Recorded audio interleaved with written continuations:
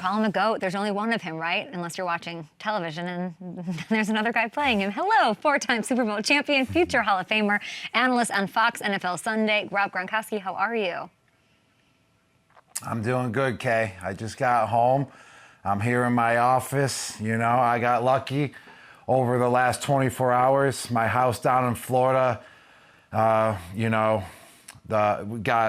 wasn't flooded. It was the trajectory of the hurricane was directly aiming right at my house, and then it went south about 40 to 50 miles. So in that situation, you know, for my family, because my dad has a house down there, my mom has a house down in Florida as well, in the Fort Myers area, and luckily enough, she's inland enough. So my family's safe and sound, and I'm definitely thinking about those that are all affected, and my prayers and wishes to all those people that are affected out there, and hopefully some good things come for all the people that were affected in the future. A lot of rebuilding happening. I know the Glazers super involved. I'm sure they're just waiting to help. I was looking, there's images of the stadium of Raymond James, and it is an ocean. It is truly flooded to the brim in Tampa. Have you seen any of that? I don't know if we can pull that.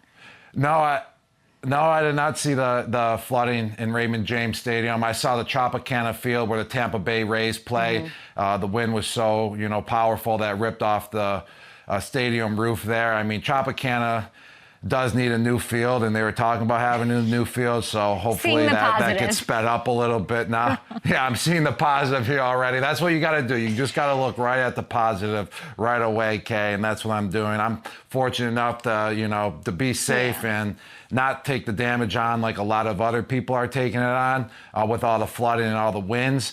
But I got to see a picture of Raymond James, and I'll be down there, actually. I'm going to head down to Florida soon, within the next week, and just start helping people clean up and all that good stuff to get the whole, state of Florida back on track and just be a little part of it. Yeah, they need your positivity. You're huge in Florida. Your family's there. Of course, you won a Super Bowl there. I didn't see the Trop, but I did see Raymond James. I think we have it. Here, yeah, this is a while ago. It's gotten worse. Yeah, it's definitely taken a toll. The Glazers, I'm sure, they of course helped and stepped in with Helene a couple of weeks ago, as did the Teppers, and I'm sure that'll happen. Tom Brady's probably rallying the troops as we speak. So it's nice to have your thoughts and your positivity. And let's try to keep do you want to keep it positive about No, you can't keep it positive about the Jets. What am I talking about? Are you loving this? Okay, are you loving this? That's one thing in my life that I haven't been positive about, and just having positivity about, and that's the New York Jets. I'm sure I've been positive that they were always going to blow it over the last 10 years, especially when facing the New England Patriots. But I actually had some positivity for them this year. I think they're a pretty solid team. They got a good roster, that's for sure. It's tough to see a head coach at any level get fired mid-season, that's for sure. And obviously Woody Johnson believes they have a good roster, and he felt like, there needed to be some change. And that change may possibly spark the New York Jets here, but we will see. But just overall, I mean, I'm a fan of Aaron Rodgers. I'm a fan of seeing good football. The Jets, they have not put out, a good, solid performance over the last 5-6 years. And this year is the first time I feel like the Jets aren't a dismantled team. And it's cool to see them going out there and being competitive, especially with Aaron Rodgers at the quarterback, at the helm of the Jets. So that's the positivity I see, is that, good football just from any team is always fun to watch. So hopefully that continues, even with the Jets, out there in the NFL. So this defensive coordinator, the defense was looking great, even without Hassan Reddick. The Jets defense they were sacking quarterbacks, they were putting on pressure, they were doing okay.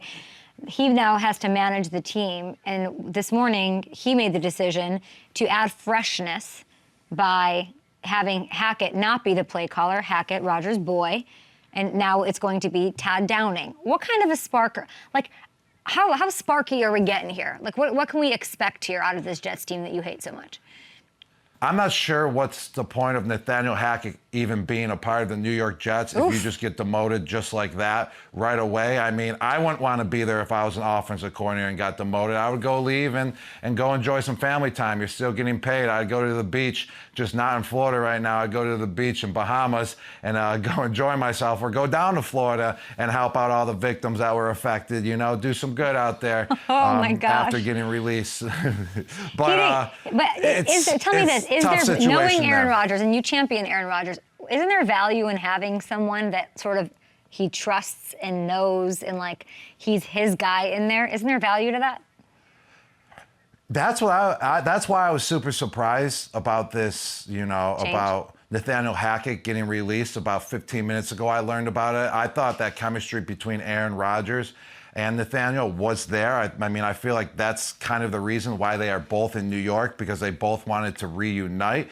So to see that happen, I feel like they're basically handing the keys over to Aaron Rodgers now on the offensive side of the ball and saying, here you go, Aaron Rodgers. We're upgrading the quarterback coach, passing game coordinator to be offensive coordinator. He's been working with you for the 2 years that you've been in the system. So here you go. Basically, you got control of the whole offense. This is your guy you've been working with for 2 years now as well. So you do what you got to do, Aaron Rodgers. You do what you think is best for the offense, and let's go out there and let's try to win some games. They got the Bills. You like the Bills. They got the huge game against the Bills. Back-to-back losses for them. Their offense looks not great. You know, a lot of talk about whether or not they need help, a wide receiver. Who wins this game?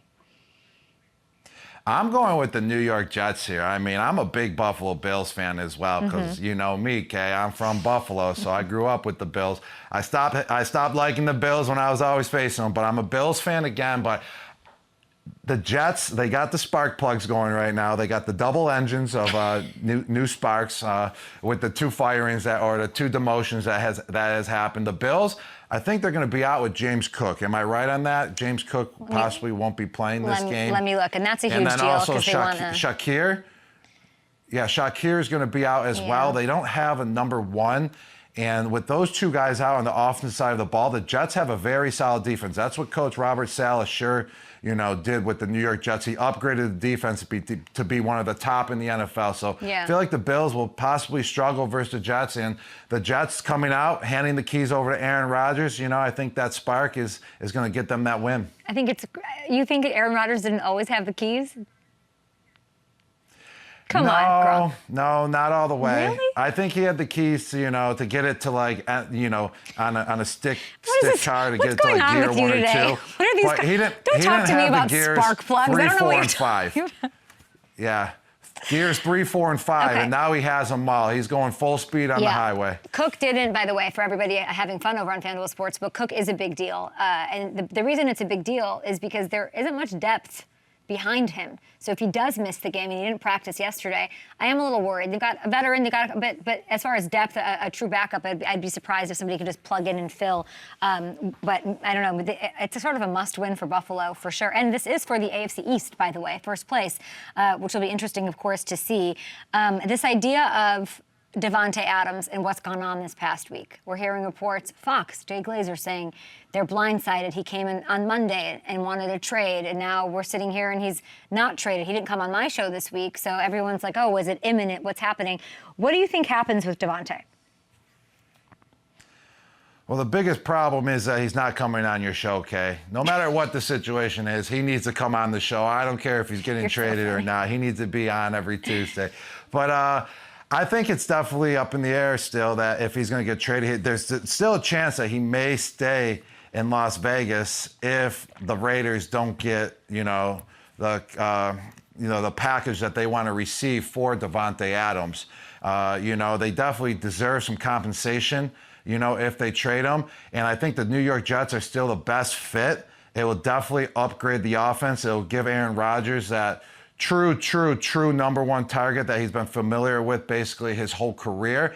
But the problem with the Jets as well is that they need an offensive line upgrade, They did that in the offseason. They kind of, went towards the offensive line. They bolstered it a little bit, but it's not showing throughout the year. So even if you get Davante Adams, I don't really think it's going to fix the Jets' problems like, everyone would think it would fix the Jets' problems.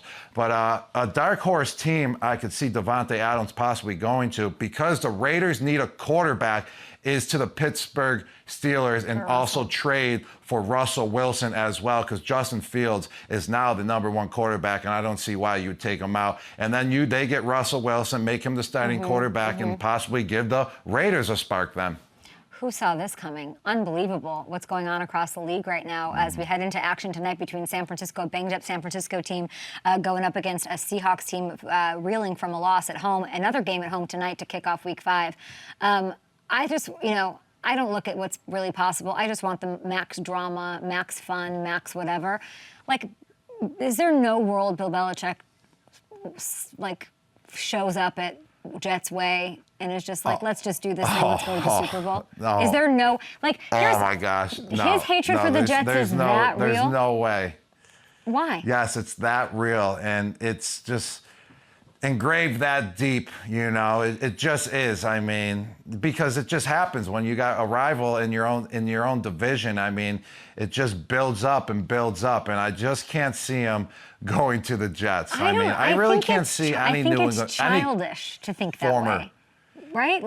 Doesn't that stuff leave you? When you say you don't like the Jets, I gotta tell Gronk, and I love you.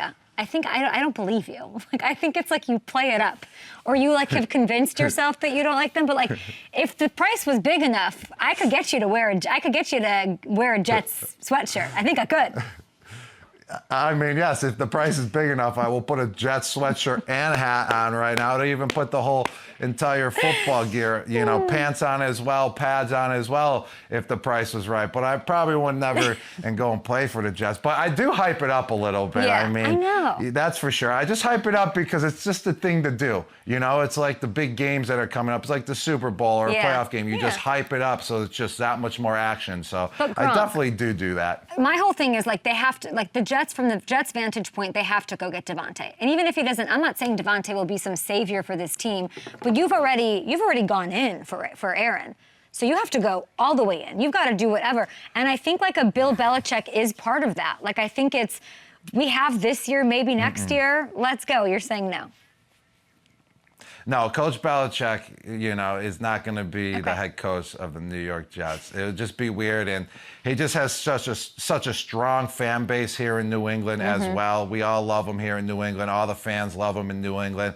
I just can't see that happening. But Woody Johnson needs to go out and get Davante Adams. If he, just fired his head coach and he wants another spark to go in that organization, he needs to go and get Davante Adams. That's for sure. If he wants to win now, he's got to do everything he can possibly do. So go get him. I'd love to see that. Okay, you went viral yesterday. It must be so fun to just be you. You don't even have to do anything, and you're just everywhere, and you're like, huh? There's this actor portraying you on FX's American Sports Story. Let's take a look. Hey, you mean kosher? That tool is getting scary, bro. Holy that's the brain, bro. No. Let's go, baby. Let's go get high, baby. I'm dead. It was definitely over the top. And you want to know a fun fact about that clip? Yes. Okay, is that is my good friend Laith, who is playing me there. I've known him for about 14 years, and he definitely went over the top. And I feel like it just fit the show perfectly, though, especially with all the other characters and Coach Belichick, and just seeing, Robert Kraft in this show as well. So I feel like it was definitely, like I said, over the top, a little exaggerated, that's for sure. But it played the part in how this show was produced from all the clips that I saw. This show just went and got one of your cronies from Buffalo or New England and had it this is like a friend of yours? Yes, it's actually a good friend of mine, and he plays all my doubles in all my other commercials and kind of everything else I do. He was my double in Kick of Destiny, actually, as well, in the commercials. So I think you met him before. So he's a good friend, and it was you're hilarious, stunt and double, it was classic. Or you're telling me you have a guy who goes on set with you and stands in for you while you're being fanned with palm leaves and fed grapes? Yes, he stands in for me. Yes, that's what a double does. Basically everyone has a double that's on set, that's in a movie or doing a commercial. So he's been my double. He's shorter though than me. He's not as jacked as me either. That's for sure. Let's and he's play not it as again. sweet either Zach, as me. let's play it again. It's really the laugh. He's all right. It's really the laugh, I think, that gets me, Gronk. When he just like that. He does have the laugh down. He does. I want to see it again. Hey, you mean Coach yet? That tool is f***ing scary, bro. That's Tom Brady, bro. Let's go, baby. Let's go. Get high, baby. It's too good. It's too good. He got the laugh right on, especially if I'm on point. I'm up, I'm energized, and someone cracks a good joke. That's definitely my laugh right on. But just the rest of it is over the top, that's for sure. But it was outrageous, and it was good entertainment. Yeah, it was good entertainment. It definitely was. We got good entertainment tonight for Thursday Night Football. FanDuel Sportsbook. Hamilton, get in here. We've got little prop-a-shot, little prop-off action going on. Gronk, I'm crushing you. Right? Yeah, let's bring up the leaderboard. Kay, you went 1 for 3 last week. Gronk, you went 0 for 3 on the season right now. Kay is up 4-1 on the season. Gronk, we got to close this gap. We can't allow this to continue. So let's kick it off for tonight. It's all right. It's all right. I just want Kay to feel good about herself. It's like kind of talking about the MVP race, Kay, already this early in the season about who's going to get it. Way too soon to talk about it. Way too soon to claim victory. There's still 12 weeks left. I'm going to make a comeback. So let's go. Let's hear what we got. All right, let's start the comeback tonight. Gronk, we're going to start with you. DK Metcalf over under 66.5 receiving yards. He's definitely going over 66.5 receiving yards. Count it. Let's go. Comeback's on. Look at what you did to him. He didn't care about this for the last 2 weeks, and now he's down 4-1, and he's about to kick my ass. Great way to go, Hamilton. Let's go. Mm-hmm. All right, Kay, your turn. Jordan Mason over under 82.5 rushing yards. I did my homework. He's done that 4 of his 5 games this year. Seahawks dealing with a bunch of injuries. Byron Murphy out. There's 3 dudes on that front 7 that are banged up. Questionable, something's going on. I go over. Jordan's going to have another big day. And by the way, Gronk's doing okay. He has stand-ins coming, stand in the sun for him for 12 hours. I think he can lose prop-a-shot once in a while. Well, no, we're closing the gap tonight, Gronk. I don't care what it is. I don't like losing. I can tell. Go ahead. Gronk, next one. Brock Purdy over under 1.5 touchdown passes. Oh, definitely over. The San Francisco 49ers, they've been struggling in the red zone, but finally they got to address that situation. He needs 3 or 4 touchdown passes to spark this, 49ers offense. Love it. All right, Kay. Geno Smith over under 250.5 passing yards tonight. It's a big number. Do you know who leads the NFL in passing right now? Yeah. He does, okay? 293 yards a game. Also his birthday today, so extra love for him. Happy 34th to our guy Gino. I'm going to bang the over, smash it. Niners ranked 21st in yards per attempt. Something's fuzzy with that defense. I don't think they fixed it on a short week. All right, Gronk, last one for you. Seahawks anytime touchdown scorer for tonight. Yes, I'm going with Kenneth Walker. The guy's been a legit weapon for the Seahawks for a couple years now. And like I said, I'm making a comeback. Kenneth Walker's going to come through for me as well. Hamilton, I hate you. Go ahead. All right, last one for you, Kay. Anytime touchdown scorer for the 49ers. Oh, man, I love Juwan Jennings. Scoring. Plus 290. What? Who's not scoring? Yep, he's not scoring. He's not scoring. I'm going to go shoot. Okay, just because Gronk said that, you think George Kittle's not going to score, Mr. Tight End guy? I'm going to pick George Kittle. I think it's a tight end. Gronk doesn't think you can score, George. I think you can at plus 175. Dang it. That just backfired. That just backfired on me because George Kittle is going to score. By the way, Kittle under bright lights, lest you forget, 14 primetime touchdowns over the last 4 years. He's amazing. So to recap, Gronk v. me, Jordan Mason over 82.5 rush yards, Geno Smith to go over 250.5 pass yards, and George Kittle as the touchdown scorer. Those are mine. Gronk said 66.5 receiving yards for DK Metcalf. Brock Purdy over 1.5 touchdowns. I like that. And Kenneth Walker is going to bail him out here. 3rd as his anytime touchdown scorer. By the way, we have a 30% profit boost token that you can use on any wager for tonight's Niners Seahawks game. Rob and I just talked through some props that we like. You can make a parlay, go with mine, go with his, mix them up, whatever. You can do anything as long as it's minus 200 odds or longer for Thursday Night Football. Gronk, you are the best. Most importantly, thank you for sending good energy to Florida, and we're glad you're safe. Yes, thank you for having me on today, Kay. Can we get the laugh? Yes. Give us a laugh.